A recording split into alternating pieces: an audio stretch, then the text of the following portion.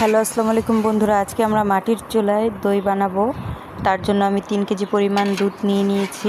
এটাকে এখন জাল দিয়ে নেব, ভালোভাবে নাড়তে থাকবো। এখন আমার দুধটা জাল দেওয়া শেষ। আমি এখন আরেকটা কড়াইতে জাল করে নিচ্ছি। এখন এটাতে আমি চিনি দিয়ে দিলাম আধা কেজি পরিমাণ।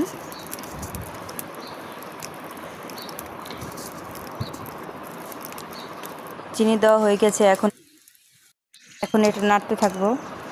তারপর এটা ভালো করে নাড়তে থাকবো যাতে পাশ দিয়ে পুড়ে না যায়। আর সবাই আমার কড়াইটা ইগনোর করবেন, কারণ এটা মাটির চুলায় আমি সবসময় রান্না করি, তাই এই অবস্থা। দেখেন এখন ক্যারামেল বানানো শেষ।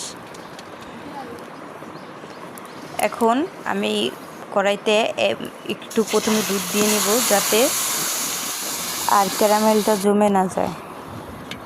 এখন নাড়তে থাকবো। আর কতক্ষণ জাল দিয়ে নেব, 10 মিনিটের মতো। এখন পাতিলাটা চুলা থেকে নামিয়ে নেব। নাড়তে থাকবো, অনবরত নাড়তে থাকবো যাতে উপরে যাতে সর না পড়ে।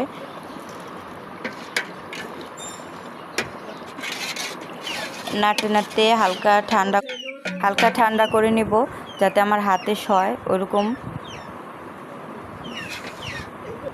এখন টক দই মিশিয়ে নিব 1 কাপ পরিমাণ।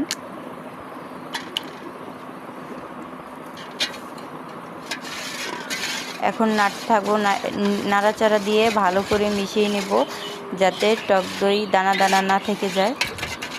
দেখুন আমি কিভাবে করছি। আমার টক দইটা মিশানো শেষ। এখন আমি যেই বাটিতে দইটা পাতবো সেই বাটিতে একটু টক দই মাখিয়ে নেব। আমার দুধটা ঢালা শেষ। এখন বক্সটা ঢেকে দেব। আর পার্ট 2 ফাইনাল রেজাল্ট পার্ট 2তে দেখবেন।